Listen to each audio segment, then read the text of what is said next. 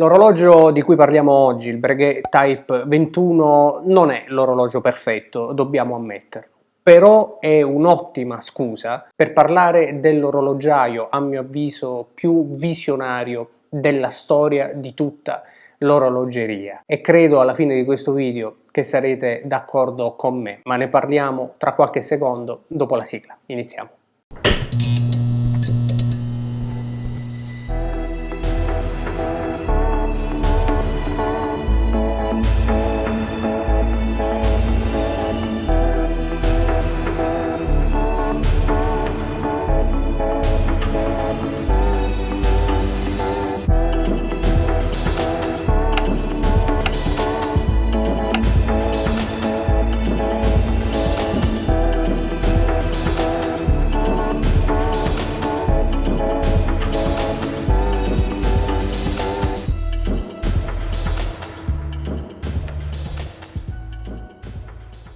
Iniziamo subito col dire che Breguet non è la maison più antica nella storia dell'orologeria. Prima ancora nacque Blancpain, per la precisione nel 1735, poi Vacheron Constantin nel 1755.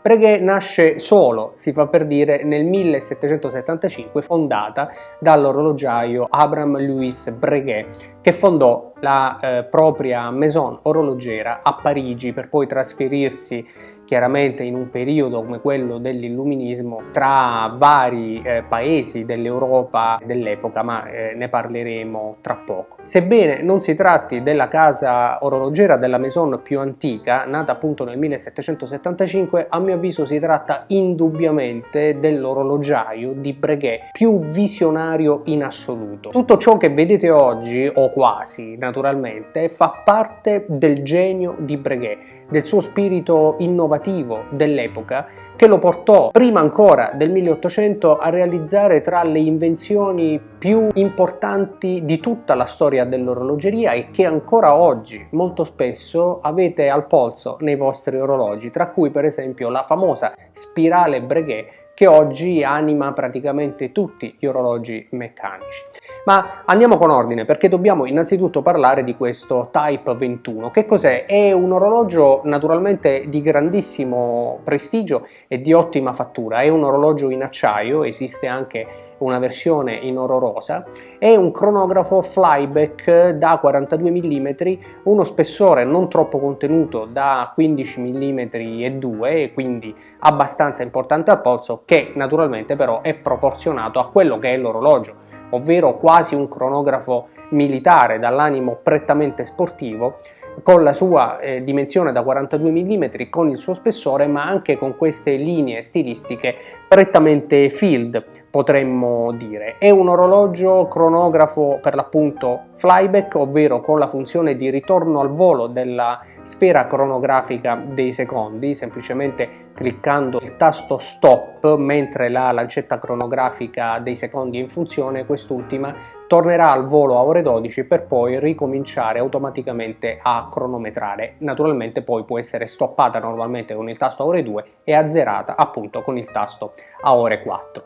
Questa è la funzione flyback ed è una funzione molto ricercata, è una complicazione molto ricercata e non presente naturalmente in tutti i cronografi. Cronografo questo Breguet che, incassando il calibro 584 Q2, consente di tenere d'occhio non soltanto le normali funzioni cronografiche, ma anche le 24 ore, potendo indicare se siamo in anti-meridian o post-meridian. Infatti ad ore 3 il subcontatore indicherà le 24 ore, mentre il contatore dei minuti è sostituito da una seconda sfera centrale che andrà ad indicare i minuti cronografici in maniera periferica attorno al quadrante. Una soluzione che si è già vista anche su altri cronografi, ma che in questo caso lascia posto ad un'ulteriore complicazione che naturalmente su un orologio di questo tipo, dallo spirito militare, può avere sicuramente un significato. Vi sembrerà strano precisare che si tratta di un cronografo flyback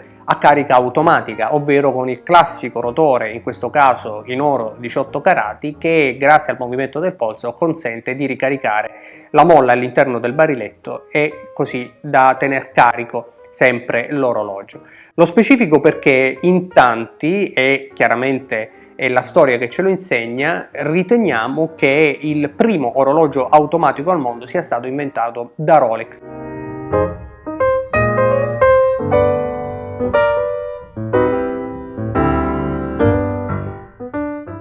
Bene, Rolex ha effettivamente inventato il primo orologio automatico da polso, ma lo ha inventato con il sistema attuale appunto di rotore. Non tutti sanno però che l'orologio perpetuo, e che era proprio denominato perpetuo, sebbene poi Breguet non se ne prese il merito, almeno secondo la storia ufficiale, nacque dal suo ingegno, dal suo spirito pionieristico addirittura nel 1780. E non era un sistema perpetuale classico come appunto abbiamo appena visto con il rotore fissato al centro del movimento, ma si trattava invece di un sistema di carica delle molle del bariletto inerziale. Significa che all'interno dell'orologio erano sistemati dei pesi su degli assi che, muovendosi su questi assi per l'appunto in verticale secondo il movimento del polso, consentivano di tenere cariche le molle e quindi far funzionare l'orologio senza che quest'ultimo dovesse essere caricato manualmente come era stato fino ad allora. Stiamo parlando del 1780.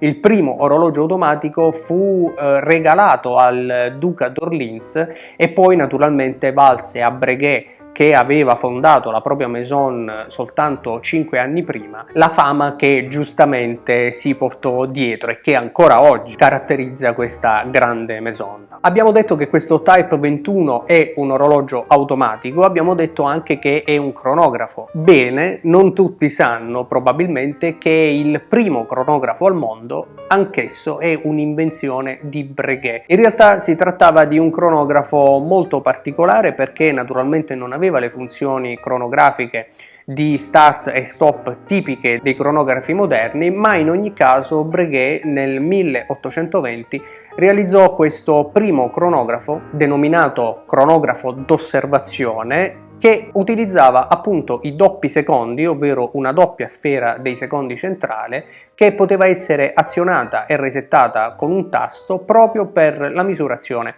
di due tempi. E nel 1822, assieme alla collaborazione con il suo miglior allievo, l'orologiaio Fatton, realizzò il cronografo ad inchiostro, ovvero un cronografo che era in grado, a richiesta, di posizionare una goccia di inchiostro sul quadrante per consentire di visualizzare letteralmente il tempo trascorso. Ho premesso in questo video che Breguet era un visionario, vi ho raccontato alcune delle sue invenzioni che però sono davvero tantissime, come dicevo all'inizio caratterizzano oggi gli orologi moderni a cui tutti noi siamo abituati e che prendiamo per scontati, quando invece si tratta appunto di diretti discendenti delle più grandi idee di un orologiaio, di un maestro orologiaio come lo è stato Abraham Louis Breguet.